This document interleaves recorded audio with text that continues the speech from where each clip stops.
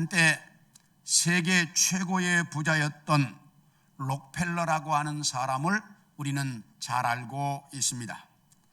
이 사람은 98살까지 98세까지 살았는데 죽을 병이 들었던 55세 이전은 돈을 벌면서 살았고, 병이 낫고 난 55세 이후 43년 동안은 자선 사업으로 돈을 쓰면서 살았던 사람이었습니다. 그래서 그는 내 인생의 전반기 55년은 쫓기면서 살았지만 후반기 43년은 정말 행복하게 살았다라고 그의 전기에 기록하고 있습니다. 그런데 이 록펠러의 일생을 돌아보면 하나님께 11조 생활을 철저하게 하는 사람들에게 주시는 축복이 무엇인지를 정확하게 보여주는 사람의 삶이었습니다. 그래서 그는 일평생토록 정확한 11조를 드리기 위해 회사에 11조만 계산하는 직원들을 두기 시작했는데, 나중에는 그 직원 수가 40명이 될 정도로 11조만 계산하는 사람이 그렇게 엄청나게 세계적인 부자로서 정말 하나님 앞에 온전한 11조를 드리려고 노력을 했던 사람이었습니다. 그런데 이런 록펠러가 입버릇처럼 고백했던 말이, 내가 이렇게 세계 최고의 부자가 될 수 있었던 것은 순전히 내 어머니 때문이다 라고 그는 수도 없이 고백을 했습니다. 록펠러의 어머니는 철저한 청교도 신앙을 가지고 있었기 때문에 자녀들에게 어려서부터 완벽할 정도로 철저한 신앙교육을 시켰습니다. 어렸을 때 록펠러에게 20센트, 그러니까 우리나라 돈으로 200원의 용돈을 딱 주면서 20원은 따로 떼놔라, 이건 11조다, 이렇게 어려서부터 가르쳤다는 거예요. 그러니까 200원 용돈을 주면서도 20원은 11조 띄어서 하나님께 드리도록 어려서부터 가르쳤다는 거예요. 그리고 이 어려서부터 그 어머니는 록펠러에게 평생토록 네가 잊지 말고 지켜야 할 것이 있다라고 하면서 3가지를 가르쳤는데, 그 첫 번째, 너는 일평생토록 11조 생활을 해야 한다 라고 하는 것과, 두 번째, 너는 교회 가면 언제나 맨 앞자리에 앉아서 예배를 드려라 라고 하는 것, 세 번째, 교회에서 하는 모든 일에 잔소리하지 말고 순종하며 절대로 목사님의 마음을 아프게 하지 마라. 이 3가지를 어머니가 어려서부터 록펠러에게 가르쳤고, 록펠러는 평생토록 어머니의 말씀을 지키며 살았더니 하나님께서 나를 세계 최고의 부자가 되도록 만들어주셨다라고 그는 늘 입버릇처럼 말하고 살았습니다. 록펠러는 33살에 백만장자가 되었고, 43살에 미국 최고의 부자가 되었고, 53살에 세계 최고의 부자가 됩니다. 그래서 그의 어머니는 자기 아들 록펠러가 세계 최고의 부자가 되는 것을 다 보고 운명하셨습니다. 그런데 세계 최고의 부자인 아들에게 어머니가 운명하시면서 10가지의 유언을 기록으로 딱 써놓고 죽었다는 거예요. 그러면 세계 최고의 부자인 아들에게 어머니가 남긴 유언이 뭘까? 1번, 하나님을 친아버지로 섬겨라. 2번, 목사님을 하나님 다음으로 섬겨라. 3번, 오른쪽 주머니에는 항상 11조를 드릴 수 있도록 준비해라. 4번, 누구도 원수를 만들지 말아라. 5번, 예배 드릴 때는 항상 맨 앞자리에 앉아서 예배를 드려라. 6번, 항상 아침에는 그날의 목표를 정하고 하나님 앞에 기도를 드려라. 7번, 잠들기 전에는 반드시 하루를 반성하고 하나님 앞에 기도로 다 정리를 해라. 8번, 남을 도울 수 있으면 힘껏 도와라. 9번, 주일 예배는 꼭 본교회에 가서 드려라. 10번, 아침에는 가장 먼저 하나님의 말씀을 읽어라. 록펠러는 자기 어머니가 유언으로 딱 써서 남겨놓은 이 10가지의 유언을 평생토록 자기의 집무실에 붙여놓고 이대로 살려고 최선의 삶을 살았다고 합니다.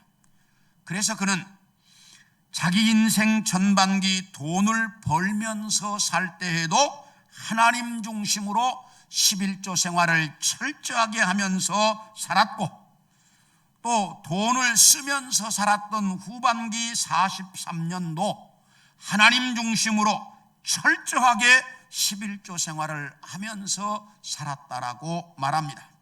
그리고 하나님 중심으로 사는 이 전통은 록펠러 가문에 철저하게 지켜져 내려오기 때문에 100년이 지난 지금에도 록펠러 재단은 이 철저한 하나님 중심으로 재단이 운영되고 있어서 세계의 많은 이 부자들이 다 순간적으로 쓰러지는데 록펠러의 재단만 전혀 흔들림 없이 지금도 튼튼하게 서 있다라고 말합니다. 이렇게 하나님 중심으로 사는 것은 우리 인생에서 가장 중요한 문제입니다. 그래서 오늘은 우리를 하나님 중심으로 살아가도록 만들어주시는 성령에 대한 말씀을 여러분들과 같이 나누려고 합니다. 첫째, 요한의 세례만 받았던 성도들의 모습을 보겠습니다. 우리 2절과 3절입니다. 시작. 이르되 너희가 믿을 때에 성령을 받았느냐? 이르되 아니라 우리는 성령이 계심도 듣지 못했다. 바울이 이르되 그러면 너희가 무슨 세례를 받았느냐? 대답하되 요한의 세례니라.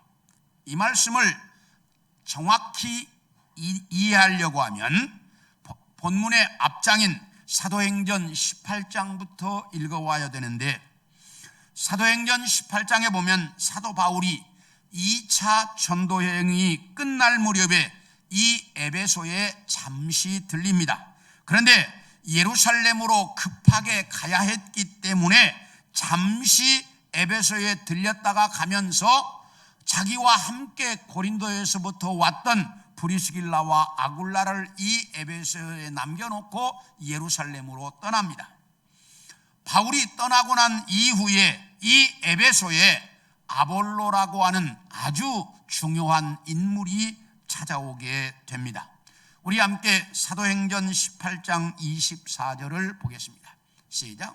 알렉산드리아에서 난 아볼로라 하는 유대인이 에베소에 이르니 이 사람은 언변이 좋고 성경에 능통한 자라. 여기 보면 이 아볼로는 알렉산드리아 사람이었다라고 말합니다. 이 알렉산드리아는 아프리카 북쪽에 있는 도시인데 이 성경이 기록될 당시에 이 알렉산드리아는 대단히 번성한 도시였습니다. 특히 이 도시는 학문이 많이 발달되어 있어서 100만 권의 책이 소장되어 있는 도서관이 그 당시에 있을 정도로 학문이 발달되어 있었고, 지혜자들이 이 도시에 많이 살고 있어서 알렉산더 대왕이 히브리어로 되어 있는 구약 성경을 맨 먼저 헬라어로 번역하도록 만드는데 이 성경을 가리켜서 70인역 이렇게 말합니다. 그런데 그 70인역이 번역된 장소가 이 알렉산드리아였습니다. 이렇게 학문이 발달한 도시에서 어려서부터 성장하면서 그는 많이 배웠고, 또 그래서 학식이 뛰어나고 성경에 능통했다라고 오늘 본문이 말하는데, 이 본문을 현대어 성경은 이렇게 번역을 했습니다. 아볼로는 말을 잘하고 성경을 잘하는 성경 박사였다. 이렇게 번역을 했습니다. 이렇게 에베소에 나타난 이 아볼로는 학식과 언변이 뛰어나고 성경에 능통한 사람이었습니다. 그런가 하면 아볼로는 열정이 있는 사람이었습니다. 우리 사도행전 18장 25절을 봅니다. 시작. 그가 일찍이 주의 도를 배워 열심으로 예수에 관한 것을 자세히 말하며 가르치나 요한의 세례만 알따름이다. 여기 보면 아볼로는 주의 도를 배웠다라고 말합니다. 자, 여러분, 주의 도가 뭡니까?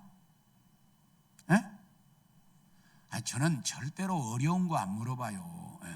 주의 도가 뭐죠? 예수 믿고 구원받는 게 주의 도지 뭐야. 예수 믿고 구원받는 게 주의 도예요. 예수 믿고 구원받는 걸 우리는 복음이라고 말합니다. 이 도를 배워서 에베소 교회 성도들에게 아볼로가 가르쳤는데, 여기 성경이 열심히 그리고 자세히 가르쳤다라고 말합니다. 이 말은 에베소 교회 성도들을 위해서 정말 최선을 다해서 열정적으로 말씀을 가르쳤다라고 하는 말입니다. 이렇게 아볼로는 열정이 있는 사람이었습니다. 그리고 다같이 사도행전 18장 28절을 봅니다. 시작. 이는 성경으로서 예수는 그리스도라고 증언하여 공중 앞에서 힘있게 유대인들의 말을 이기미러라. 이 말씀을 보면 성경 말씀에 근거해서 예수 그리스도를 전하다가 수많은 사람들이 모인 앞에서 유대인들과 논쟁이 벌어졌습니다. 그런데 뛰어난 이 성경적 지식과 언변으로 유대인들을 완전히 꼼짝 못하게 만들어버렸습니다. 이렇게 말 잘하고 성경 지식도 풍부하고 학식도 많은데 거기다가 그는 겸손한 인품도 가지고 있었습니다. 우리 사도행전 18장 26절을 봅니다. 시작. 그가 회당에서 담대히 말하기를 시작하거늘 브리스길라와 아굴라가 듣고 데려다가 하나님의 도를 더 정확하게 풀어 이르더라. 여기 보면 아볼로가 에베소에 와서 복음을 전하고 에베소 교회 성도들을 가르치고 있는데, 그런데 여기 뭐라고 말하느냐? 아볼로가 가르치는 것이 요한의 세례만 가르칩니다. 그러니까 브리스길라와 아굴라가 듣고 이 아볼로를 불러다가 그에게 예수에 관해서 더 자세하게 가르쳐 줬습니다. 그러자 이 브리스길라와 아굴라의 가르침을 잘 받아들였다라고 말합니다. 그런데 아볼로 정도 되면 이 브리스길라와 아굴라 같은 사람들의 가르침을 받지 않습니다. 왜냐하면 아볼로는 학식이 뛰어나죠, 말도 잘하죠, 성경 박사지요, 율법의 학자인 유대인들도 꼼짝 못하게 만들 만큼 그는 아주 유능한 사람이었습니다. 이런 사람이 천박한 장사꾼인 브리스길라와 아굴라의 말을 듣겠습니까? 안 듣습니다.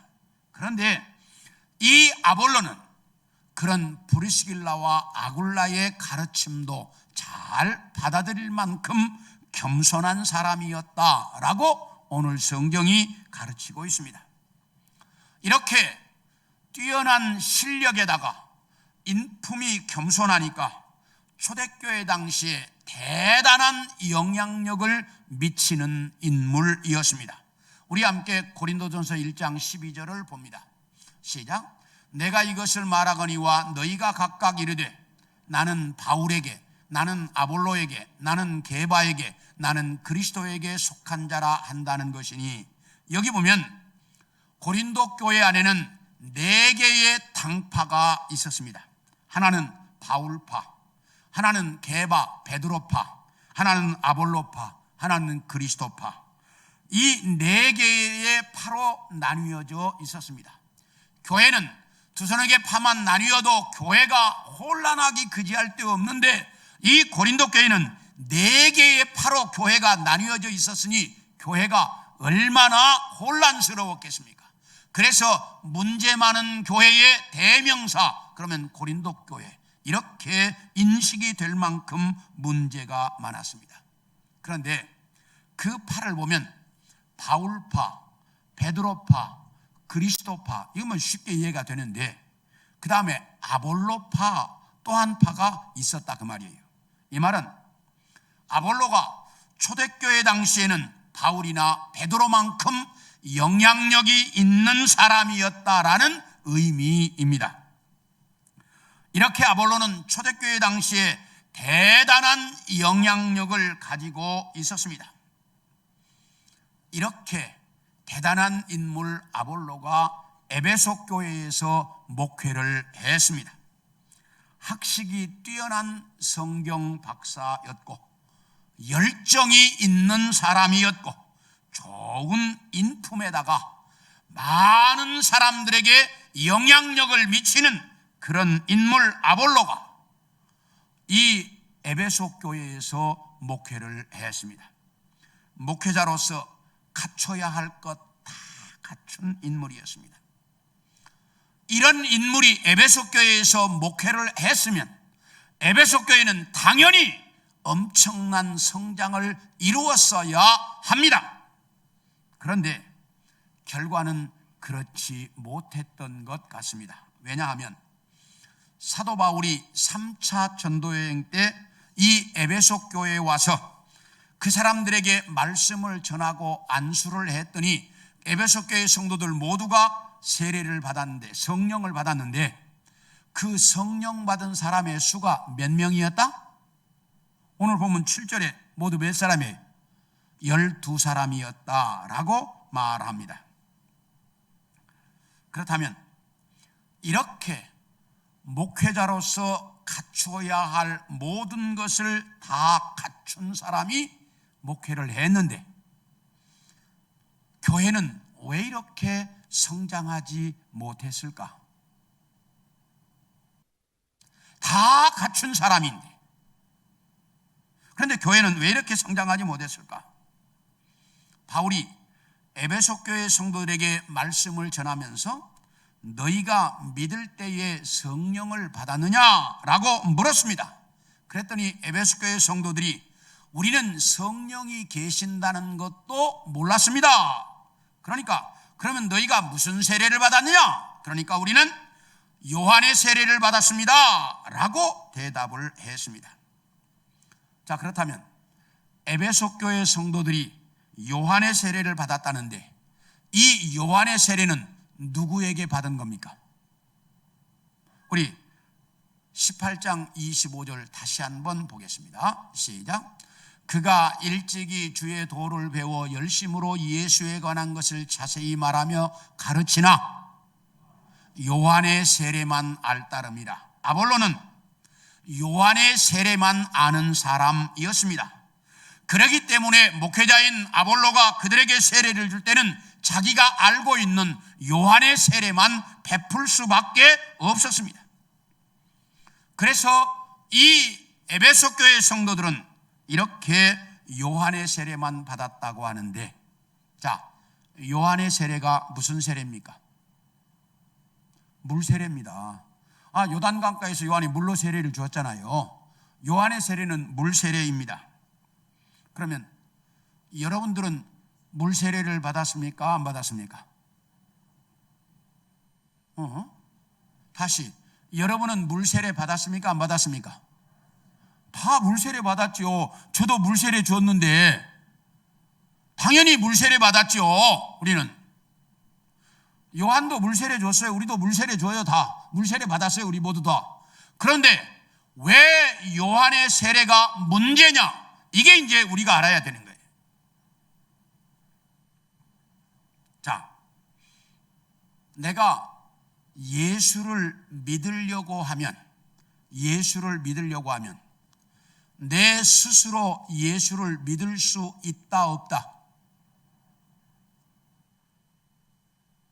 제가 지금까지 내가 목회하면서 참 잘못한 것 같아요. 걱정이 되는데, 자, 내 스스로 예수를 믿을 수 있다 없다?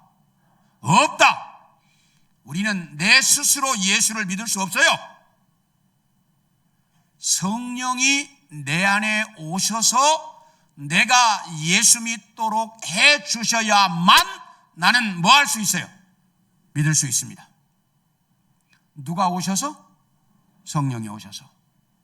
그렇기 때문에 내가 예수 믿고 구원받았다는 말은 누가 내 안에 오셨다는 말입니까? 성령이 내 안에 오셨다는 말입니다. 그래서 성령 세례와 또 예수 믿고 구원받는 건 동시적으로 내 안에서 이루어지는 겁니다. 어떻게 해요?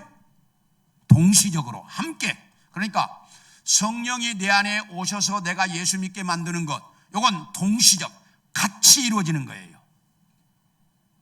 그러므로 내가 예수 믿고 구원받았다는 말은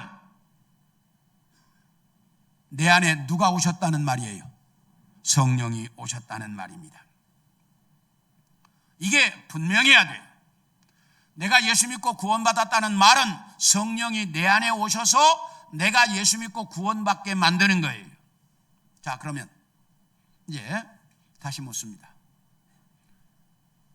자, 누가 세례를 받을 수 있습니까? 누가 세례를 받을 수 있어요? 제가 세례문답 할 때마다 묻는 말이에요. 누가 세례를 받을 수 있어요? 예수 믿고 구원받은 사람에게 이 사람은 예수 믿고 구원받았다고 신앙 고백을 했습니다. 그렇기 때문에 그 증거로 물세례를 줍니다. 이렇게 말하잖아요. 그러니까 세례는 뭐한 사람이? 예수 믿고 구원받은 사람이. 그러면 여러분은 다 물세례를 받았기 때문에 예수 믿고 구원받았죠? 예수 믿고 구원받았으면 여러분 안에 누가 와 있습니까? 성령이 와 계십니다. 그런데 에베소 교회 성도들 아볼로가 가르칠 때는 이 성령을 모르니까 형식적인 물세례만 베풀었다 그 말이에요. 그러니까 성령이 그들에게 오시지 않았어요. 성령이 그들에게 오시지 않았어요. 그러니까 에베소 교회 성도들은 성령 받고 구원받지는 못했다 그 말이에요. 자, 그렇다면 아볼로는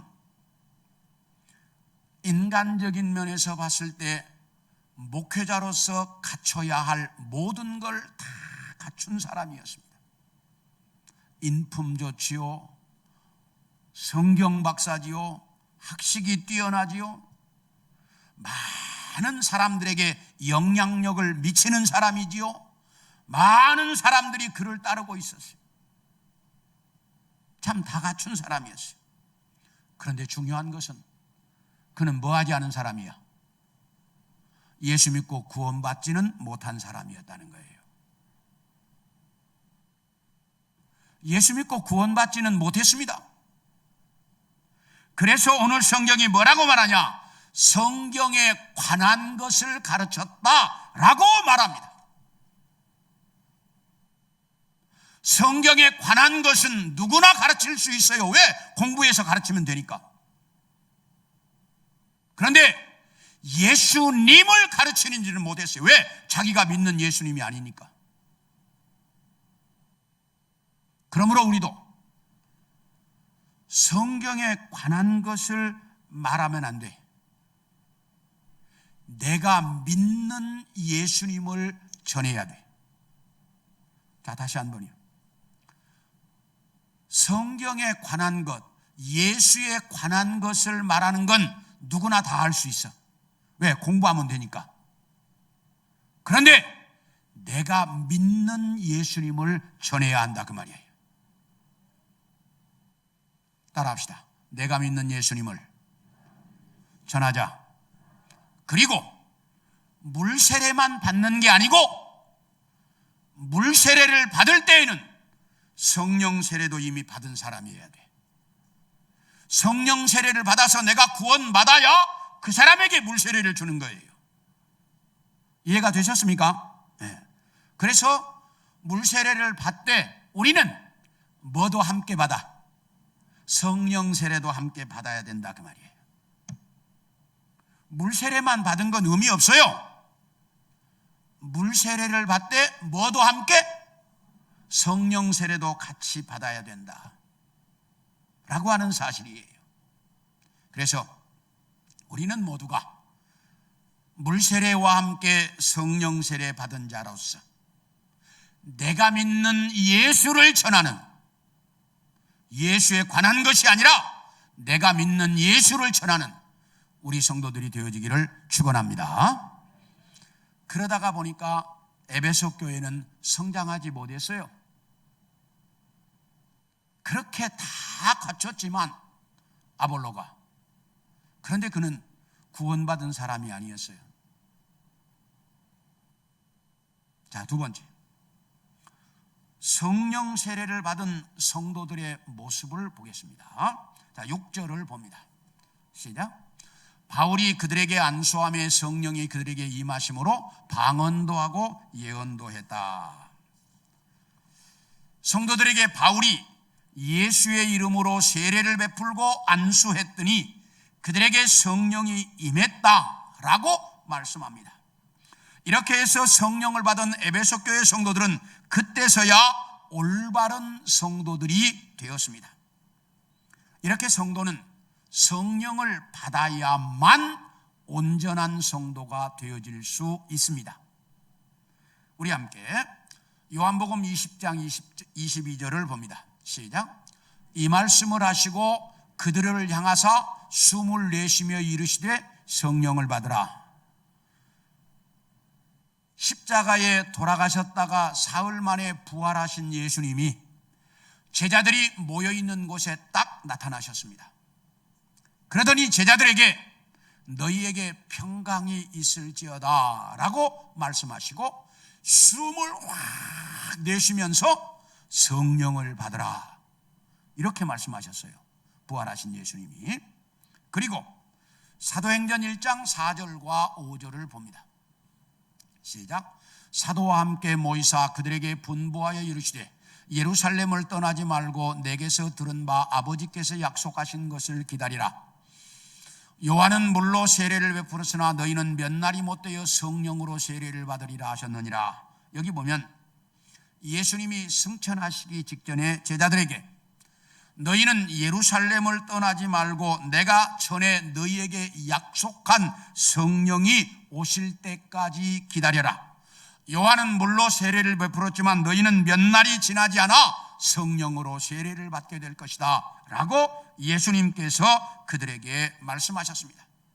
그래서 제자들은 예루살렘을 떠나지 않고 마가의 다락방에 모여서 기도하다가 열흘 만에 성령의 놀라운 세례를 받게 됩니다. 그렇다면 예수님은 왜 이렇게 제자들에게 성령을 받으라고 거듭 강조하셨을까? 왜 이렇게 성령을 받으라고 거듭 강조하셨을까? 우리 고린도전서 12장 3절을 봅니다. 시작. 또 성령으로 아니하고는 누구든지 예수를 주시라 할 수 없느니라. 여기 뭐라고 말하냐? 성령께서 내 안에 오셔서 예수님을 믿을 수 있도록 성령이 나를 도와주지 아니하면 우리는 예수를 믿을 수 없다라고 말씀하고 있습니다. 다시 말하면 인간은 스스로 자기를 구원할 수 있다 없다? 없다는 말입니다. 그러므로 구원받은 모든 사람들에게는 누가 오셨다는 말입니까? 성령이 오셨다는 말씀입니다. 그러면 여러분들에게 한번 묻습니다. 자, 여러분들은 모두가 구원받았습니까? 대답이 이렇게 시원찮아요. 이건 그렇게 시원찮을 대답이 아니야. 여러분은 모두가 구원받았습니까? 자, 그렇다면 여러분은 모두가 성령도 받았습니까? 네. 구원받은 사람은 뭘 받은 거예요? 성령을 받은 거예요. 왜? 성령이 내 마음에 오시지 않고는 예수를 믿을 수 없기 때문이에요. 성령이 내 안에 오셔서 나로 하여금 예수를 믿게 하기 때문이에요. 그러므로 우리는 모두가 다 성령을 받은 사람들, 다시 말하면 성령 세례를 받은 사람들입니다. 이게 확실해야 돼요. 이렇게 우리는 성령을 받아야만 구원받을 수 있습니다. 그래서 예수님께서 성령을 받으라고 그렇게 강조하신 거예요. 왜? 성령 받아야만 구원받을 수 있기 때문에. 두 번째, 요한복음 14장 16절을 봅니다. 시작. 내가 아버지께 구하겠으니 그가 또 다른 보혜사를 너희에게 주사, 크게 시작. 영원토록 너희와 함께 있게 하리니. 여기 보면 내가 아버지께 구해서 다른 보혜사 성령을 너희에게 보내줄 것인데 이 성령은 영원토록 너희와 함께 있을 것이다 라고 말씀하셨어요. 자, 이스라엘 백성들이 참 많은 축복을 받았습니다. 그런데 이스라엘 백성들이 받은 가장 큰 축복이 뭡니까? 우린 성경을 정확히 알아야 돼요. 이스라엘 백성들이 받은 가장 큰 축복이 뭐냐? 하나님이 그들과 함께 계셨다는 사실입니다. 하나님이 이스라엘 백성들과 함께 계셨기 때문에 홍해바다도 가르고 건널 수 있었고, 광야에서 만나가 내려서 먹고 살 수도 있었고, 세계 최고의 민족이 될 수 있었던 것은 누가 그들에게 함께 있어서? 하나님이 함께 있어서. 그런데 성령은 누구입니까? 자, 성부 하나님, 성자 하나님, 그 다음에 성령 하나님. 성령은 누구입니까? 하나님이십니다. 그 하나님이 내 안에 오셔서 누구와 함께 있어요? 나와 함께 언제까지? 영원토록 같이 있겠다라고 말씀하셔요. 그러므로 성령이 내 안에 오신 것은 하나님이 내 안에 오시는, 하나님이 나와 함께하는 세상 최고의 축복이라고 말이에요. 이 사실을 우리는 정확하게 알아야 돼요. 성령이 내 안에 오신 것은 전능하신 하나님이 내 안에 오신 거예요. 이 최고의 축복이. 그래서 성령을 받으라고 주님께서 말씀하셨어요. 하나 더, 로마서 8장 26절을 봅니다. 시작. 이와 같이 성령도 우리 연약함을 도우시나니 우리는 마땅히 기도할 바를 알지 못하나 오직 성령이 말할 수 없는 탄식으로 우리를 위하여 친히 간구하시느니라. 여기 뭐라고 말합니까? 우리 인간은 얼마나 연약한지 제대로 기도할 줄도 모른다는 거예요. 그렇게 연약한 게 우리야. 그래서 누가 우리를 돕는다? 성령이 나를 위해서 대신 기도해 주면서 나를 돕고 있다. 이렇게 말씀합니다. 자, 이렇게 성령은 내가 예수 믿고 구원받게 만드시고 영원토록 나와 뭐하게? 함께 계시고, 함께 계시면서 나를 뭐하고 계셔? 돕고 계신다. 이게 성령이에요. 나를 예수 믿고 구원받게 만들고 영원토록 나와 함께 하셔서 나를 돕고 있는 이분이 성령이에요. 그래서 예수님께서 그렇게 너희는 성령을 받아야 한다라고, 성령을 받으라고 그렇게 강조하셨습니다. 그러므로 우리도 뭘 받아야 돼? 성령을 받아야 된다 이 말이에요. 그런데 내가 예수 믿고 구원받았다는 말은 내 안에 누가 오셨다는 말이에요? 성령이 오셨다는 말이야. 자, 그런데 이제 마지막으로 성령 충만한 성도가 어떤 성도인가에 대한 말씀을 나누려고 합니다. 우리 6절과 20절을 봅니다. 시작. 바울이 그들에게 안수하며 성령이 그들에게 임하심으로 방언도 하고 예언도 하니. 20절이요. 시작. 이와 같이 주의 말씀이 힘이 있어 흥왕하여 세력을 얻으니라. 여기 보면 사도 바울이 예수의 이름으로 에베소 교회 성도들에게 안수를 했더니 그들에게 성령이 임했습니다. 성령이 임하자 그들에게 뭐가 나타났어요? 방언도 하고 예언도 했다. 그리고 20절에는 뭐라고 말해요?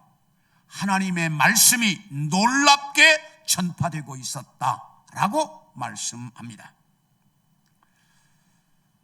사도행전에 보면 성령이 임한 사건이 4번 나타납니다. 사도행전에 첫째, 오순절날 마가의 다락방에서 기도하던 사람들에게 성령이 임했고, 두 번째, 베드로와 요한이 사마리아 교회 성도들에게 기도했을 때 그들에게 성령이 임했고, 세 번째, 고넬료의 집에서 베드로가 말씀을 전했으니 그 말씀을 듣는 모든 사람들에게 성령이 임했고, 네 번째, 오늘 본문 에베소 교회 성도들에게 바울이 안수하자 그들에게 성령이 임했다라고 4번의 성령이 임한 사건이 사도행전에 나타납니다.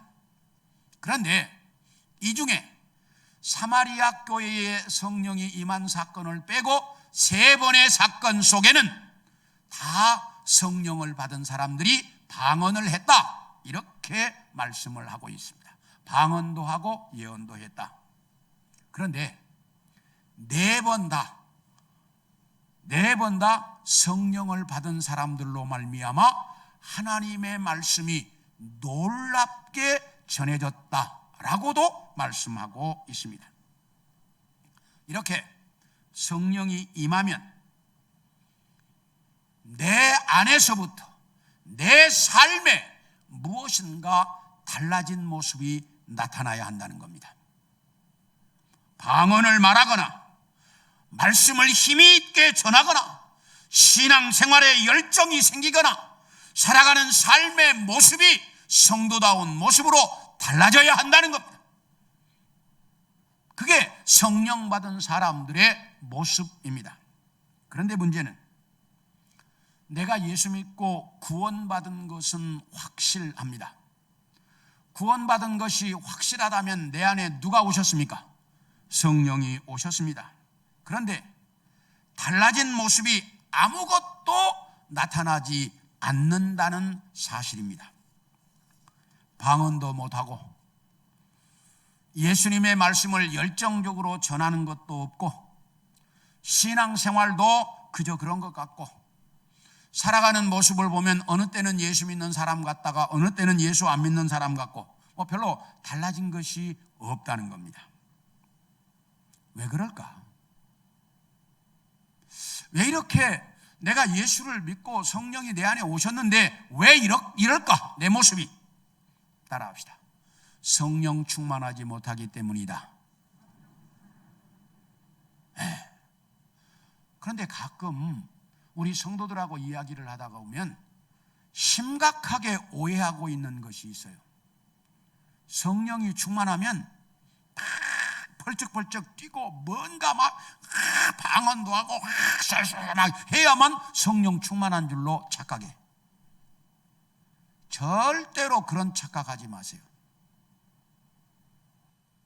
성령 충만해서 그럴 사람도 있어요.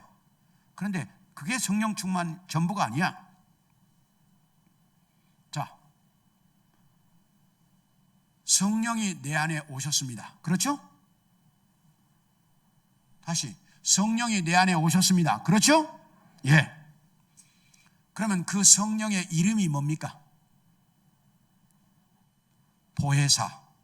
뭐라고요? 보혜사라는 말의 뜻이 뭡니까? 돕는 자. 뭐라고요? 돕는 자.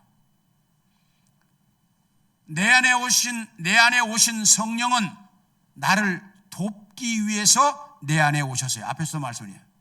뭐 하려고 오셨다고요? 도우려고. 근데 내 안에 도우려고 성령은 와 계시는데 우리는 한 번도 성령께 도와달라고 요청을 안 해. 다 누구 맘대로 살아요? 지 맘대로 살아요. 지 생각대로 살아요. 지 고집대로 살아요. 지 상식대로, 지 지식대로 살아요. 그러니까 전능하신 하나님, 그 하나님이 내 안에 지금 와 계시는데 그분께 한 번도 도와달라고 요청을 안 해. 그러니까 성령은 돕는 자로 오셨어요. 내가 도와달라고 요청을 하면 그분은 지금 도와주려고 준비를 하고 있는데 우리는 전혀 그분의 도움 필요 없이 다 내 맘대로 살아요. 그러니까 사는 모습은 누가 사는 거예요? 내가 사는 거지. 내 안에 오신 성령의 뜻대로 사는 건 아니에요. 그러니까 성령 충만한 삶이 될 수가 없어요. 다 지 맘대로 사니까. 성령은 내 마음, 내 가슴에 오셔서 나를 도우려고 오셨어요. 나를 도우려고 오신 그 성령님께 도와달라고 여러분들이 요청할 수 있기를 원합니다. 여러분들이 아주 사소한 것까지라도, 뭐 큰 것만 얘기하지 말고 아주 사소한 것까지라도 내가 하루 아침부터 저녁까지 살아가는 일생 중에 정말로 수백 번, 수천 번이라도 내 안에 계신 성령님께 도와달라고 요청하라 그 말이에요. 그 성령님의 도움을 많이 받고 사는 사람이 성령 충만한 거예요. 그런데 처음에는 성령께 도와달라고 했는데 이게 성령이 도와주시나 안 도와주시나 잘 몰라요. 그런데 자주 도움을 요청하다가 보면 성령이 돕고 있는 것이 눈에 보여요. 그게 성령 충만한 삶이에요. 원하기는 우리 성도들 모두가 전능하신 하나님이 내 안에 와 계신다는 사실을 정확하게 알고 그 전능하신 하나님에게 매일 수도 없이 하여튼 아주 사소한 것부터 모든 걸 다 그분에게 뭐 하라고? 뭐 하라고? 도와달라고 요청할 수 있기를 원합니다. 그래서 그분의 도움을 많이 받고 사는 사람일수록 성령 충만한 사람이에요. 그분의 도움을 많이 받으면 받을수록 성령 충만한 거예요. 원하기는 우리 성도들 모두가 내 안에 와 계시는 성령 하나님의 도움으로 여러분의 삶이 성령 충만한 자의 삶이 되어질 수 있기를 축원합니다. 이렇게 우리 성도들 모두가 정말 원하기는 성령 충만한 자의 삶을 살아갈 수 있기를 축원합니다. 네.